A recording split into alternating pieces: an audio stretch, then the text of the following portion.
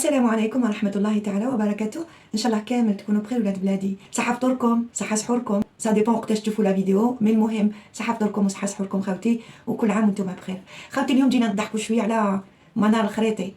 جو فوزي برومي، قلت لكم كاش نهار نجيبوا فيديو تاعو ونقعدوا نتقعدوا به. جبت لكم اليوم فيديو تاعو يهضر على الاباتشي هذه اللي خلاص فاسون ملي خرجت السوخوي 35 الجزائريه المراركه سكتوا خلاص. الموضوع تاع الاباتشي هذا ما ولاوش يحكيو فيه. المهم نخليكم مع منار الخريطي، اسمعوا واش قال على القوه المروكيه في افريقيا، شمال افريقيا وفي الساحل كي شراو الاباتشي هذه. شوفوا خوتي. في الساعات الاخيره تبعنا كاملين ان الولايات المتحده الامريكيه سلمت مروحيات ديال الاباتشي الى المغرب. اش هي الدلاله العسكريه والجيوسياسيه ديال هذه العمليه؟ اولا هذه المروحيات متطوره جدا، وهذه كتزيد تعطي القوات ديالنا حنا المسلحه الملكيه تفوق جوي مغربي، لانها كتولي عندنا هذه المروحيات واحد القدرات هجوميه كبيره وقدره على الرصد والتتبع ديال الاهداف، ودول قليله في العالم اللي عندها هذا النوع من المروحيات ديال الاباتشي. اذا هنا السلاح ديالنا حنا الجو على مستوى الجو حالنا بحال الدول ديال ناطو الان. وهذه المروحيات اللي عطات الولايات المتحده الامريكيه المغرب ماشي الهدف منها فقط، ماشي فقط الامن القومي ديال المغرب، ولكن ملي كنعطوها المغرب راه الامن ديال القاره كلها والامن ديال شمال افريقيا والساحل بالخصوص.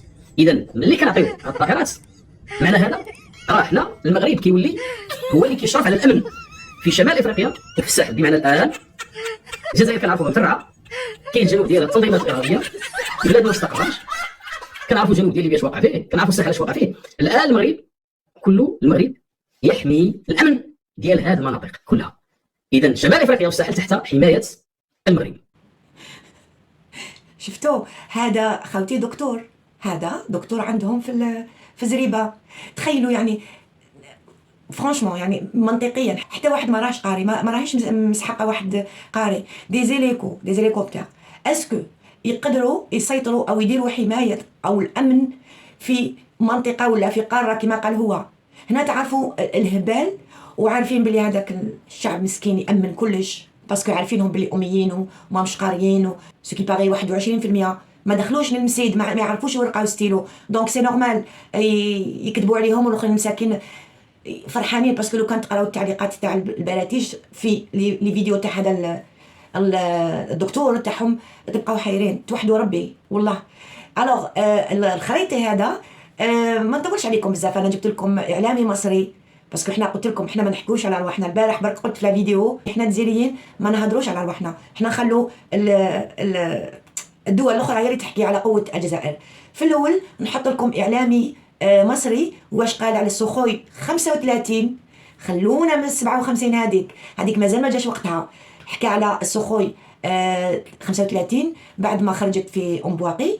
اسمعوا خوتي واش قال، وانتم البراتيش شلوا بيا ودنيكم. زي ما قالت الارهاصات عبر بعض وسائل الاعلام اللي سربت بعض المعلومات ان دوله الجزائر تسلمت اول صفقه من طائرات السخوي 35. هذا النوع من الطيران احنا عملنا عنه حلقه كامله عشان بس ما نكررش الكلام بتاعنا. فصفقه السخوي دي طبعا عملت قلبانه بشكل غير عادي، سواء اذا كان على المستوى الامريكي او على المستوى الاوروبي او على المستوى الاقليمي. دوله الجزائر اصبحت ذات علاقه وطيده جدا بروسيا، رتبت تحركاتها سواء اذا كان على المستوى الروسي او على المستوى الدولي. الجزائر طبعا قريبه الصله بروسيا واصبحت تعتبر بمثابه قوه فاعله جدا، سواء اذا كان على المستوى السياسي او العسكري او ايضا على المستوى الاقتصادي. الجزائر زي ما قالت التقارير والمعلومات النهارده اللي اتسربت وبدات تنشر في بعض وسائل الاعلام الدوليه، بدات فعلا تشغيل مقاتلات السخوي 35 من قاعده ام البواقي الجويه. ديت اول رحله تدريبيه تشغيليه لصفقه السخوي 35. السخوي اللي هي طيران الروسي ده يعتبر طيران ما بتمتلكوش اي دوله على مستوى العالم الا دوله الجزائر وروسيا اللي هي الدوله المصنعه. الدولتين دول فقط لا غير. وتقريبا في دوله ثالثه الاشقاء الجزائريين يا ريت يذكرون ايه هي الدوله الثالثه اللي بتمتلك السخوي 35. طبعا السخوي لو انت امتلكت اثنين منها يبقى معنى ذلك القوه الجويه والقوه العسكريه بتاعتك اصبحت مختلفه تمام الاختلاف عن القدرات العسكريه للدول الاخرى. سنه 2019 كانت في صحيفه اسمها كوميرسانت. الصحيفه ديت روسيه قالت ان الجزائر وقعت عقد لشراء 14 مقاتله من السخوي 35 بالاضافه لمقاتلات السخوي 34 للضربات الجويه والسخوي 57، وده بيخليها من اهم الدول التي تمتلك قدرات عسكريه جويه في قلب القاره الافريقيه. ادخال السخوي 35 للترسانه الجزائريه مش مجرد طبعا ان هي اشترت مجموعه من الاسلحه الروتينيه وضمتها للجيش بتاعها، ده بمثابه اعلان عن تغيير استراتيجي في ميزان القوى الجويه في قلب المنطقه على المستوى العربي وعلى المستوى الافريقي. يعني دوله الجزائر تعتبر من ضمن القدرات العسكريه الجويه، تعتبر رقم واحد في المنطقه.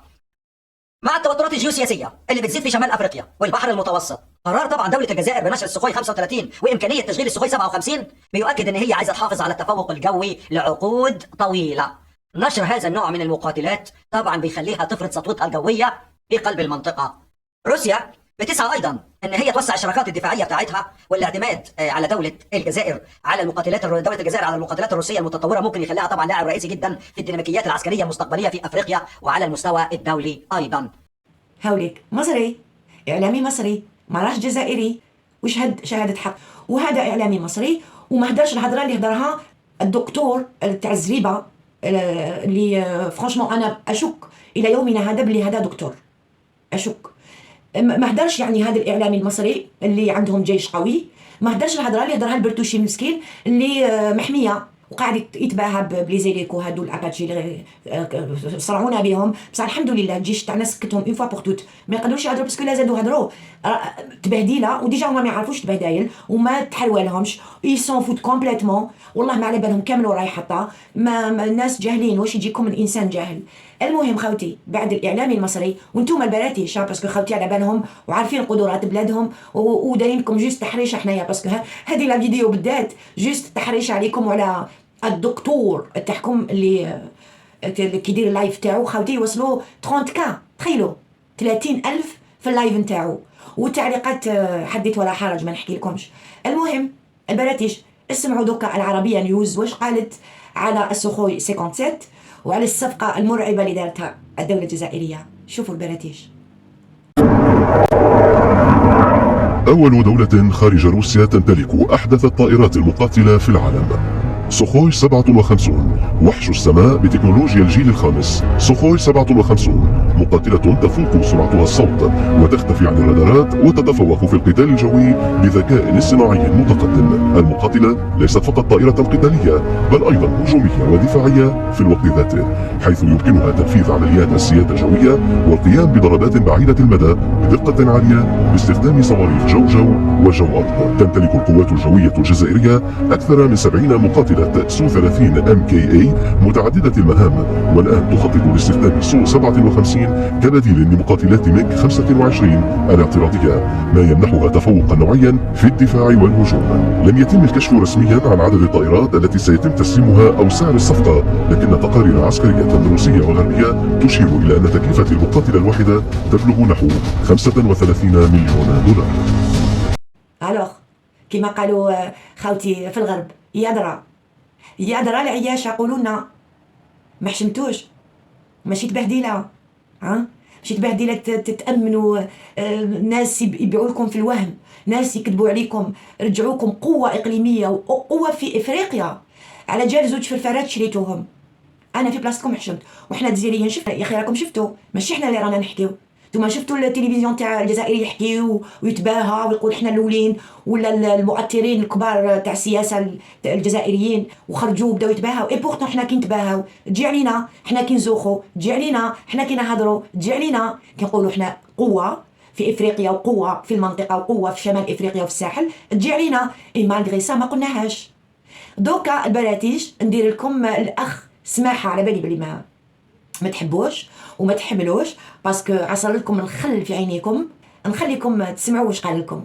اسمعوا خوتي الجزائريين كما قال سلال، ايا نضحكوا كامل. جوارينا هادو اللي راهم خارجين بلا عيد كانوا بايديروا واحد العرس في سبتمبر. العرس هذا كانوا بايديروا مع فرنسا، مناورات مغربيه فرنسيه. قال لك العريس بطل عليهم، العريس اللي هو فرنسا. اجار يضربوك انت يا سته تاع المروحيات بايدير بهم مناوره الاباتشي انا حسبني شريتهم 100 ولا 200 ولا شاريين 6 مصدعني بهم 6 ما يكفيوكش حتى باه دير كورتاج باه تجيب بهم العروسه ما يكفيوش. هيا مروحيه واحده ترفد فيها العروسه، الزوجه ترفد فيها القش تاع العروسه، يبقاو لك 4 ما يكفيوكش لا فامي تاع العروسه. لو كان نوري لك السلاح اللي عندي هنا في الجزائر ما تكفيهش حتى في كيروزان تاعه، سمعتني؟ السو خويا 34 36 38 الاس 400 الحبوبه ناير شناير كي تجيب هكا كاوكا وتجيب الكركاع البندق كيما هكا. السو خويا راه عندنا كيما زرزور هذيك طيور المهاجره في السماء. السو خويا راه كيما هكا وساكتين كيما قال لك النحل في السكوات يخدم في العسل والدبان في البحر داير الشقلاله.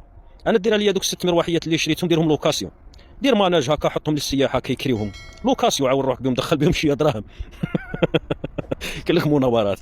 ولا مازال اما بهذيك الخرافه تاع الملك يتفل في الريزرفوار، هذيك وقت محمد الخامس الحكمه ما خلاهاش محمد السادس، ما خلاهاش حكمه.